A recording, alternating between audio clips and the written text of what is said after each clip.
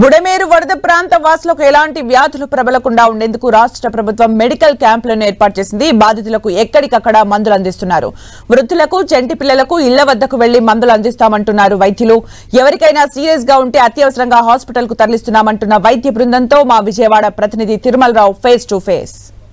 బుడమేరు వరద ప్రభావం ప్రాంతాల ప్రజలకు ఎలాంటి ఇబ్బందులు కలగకుండా ఉండేందుకు కూడా రాష్ట్ర ప్రభుత్వము అన్ని ఏర్పాట్లు చేసింది. ఎక్కడికక్కడ మెడికల్ క్యాంపులు ఏర్పాటు చేసి ప్రజలకు ఏదైనా సమస్య వచ్చినా, జ్వరం వచ్చినా సరే, దురదలు వచ్చినా సరే, ఇతరితర సమస్యలు ఏదైనా వచ్చినా ఇమీడియట్ గా వాళ్ళు మెడికల్ క్యాంప్కి వస్తే వాళ్ళకి అన్ని ముందుగా ఏర్పాటు చేసింది కూడా ఒక డాక్టర్, అదేవిధంగా ఇద్దరు నర్సులు, ఇతరితర సంబంధించి కూడా సిబ్బంది చేసింది. ఇక్కడ చూడండి విజువల్స్ లో మన విజయవాడలోని వన్ టౌన్ లోని వించిపేటలో మనం ఉన్న వించిపేటకు సంబంధించి మెడికల్ క్యాంప్ అయితే ఏర్పాటు చేయడం జరిగింది. ఇక్కడ వచ్చిన వరద బాధితులకు, అదేవిధంగా నీటిలో ఉన్న వాళ్ళకి, ముసలి చంటి పిల్లలకు ఎవరికైనా సరే ఎలాంటి ఇబ్బంది కలగకుండా ఉండేది కూడా అన్ని ఏర్పాట్లు చేయడం జరిగింది. ఇక్కడ కొంత మెడిసిన్ కూడా ఏర్పాటు చేశారు. ఇప్పుడు వరకు ఎంతమంది వచ్చారు, వాళ్ళకి ఎంత మెడిసిన్ సప్లై చేశారు అనే విషయం తెలుసుకునేందుకు కొంతమంది ఉన్నారు. వాళ్ళతో డాక్టర్స్ మాట్లాడే ప్రయత్నం చేద్దాం. మేడం చెప్పండి మేడం, ఇప్పుడు వరకు ఎంతమంది మన దగ్గర ట్రీట్మెంట్ తీసుకున్నారు, ఎంత మెడిసిన్ వాళ్ళు సప్లై చేయడం జరిగింది, ఎలా ఉంది ఇక్కడ పొజిషన్?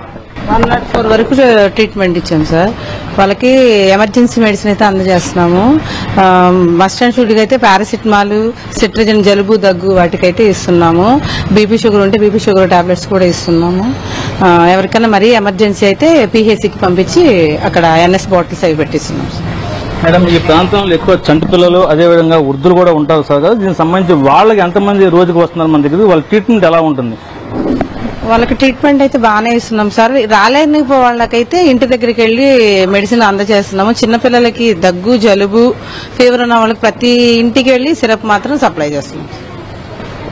దీనికి సంబంధించి ఇప్పుడు ఏ ప్రాంతాల్లో మీరు ఏ డివిజన్ సంబంధించి ఏ డివిజన్ లో మీరు ఏర్పాటు చేస్తున్నారు మేడం? మీ డివిజన్ సంబంధించి ఎలా ఉంది పరిస్థితి? మా డివిజన్ లో వచ్చేసరికి 3 క్యాంపులు పెట్టాం సార్. ఒకటి వచ్చేసి 186, ఒకటి 174, ఒకటి 178, 3 డివిజన్లో 3 క్యాంపులు, మెడికల్ క్యాంపులు పెట్టాం సార్.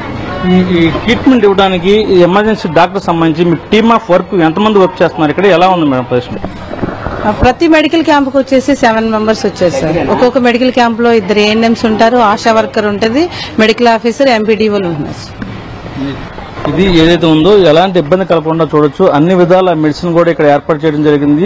చంటి పిల్లలకు, వృద్ధులకు, అదేవిధంగా ఇతర ఏదైనా సమస్యలు వచ్చినప్పటికీ వాళ్ళకి ప్రత్యేకమైన చర్యలు చేపడుతున్నామని చెప్పేసి చెప్తున్నారు. అదేవిధంగా ఎవరికైనా సరే ఏదైనా సీరియస్నెస్ వస్తే వాళ్ళకి ప్రత్యేకంగా సంబంధించి ఇమీడియట్ గా వాళ్ళని ఇక్కడ నుంచి పిహెచ్సిలో షిఫ్ట్ చేసి వాళ్ళకి ఎలాంటి ఇబ్బంది కలగకుండా చూసేందుకు కూడా అన్ని ఏర్పాట్లు చేస్తున్నామని చెప్పేసి ఇక్కడ ఉన్న వైద్యులే చెప్తున్నారు. ఇది ఇక్కడ పరిస్థితి. జర్నలిస్ట్ రాజుగారు, తిరుమల టీవీ, వించిపేట నుండి.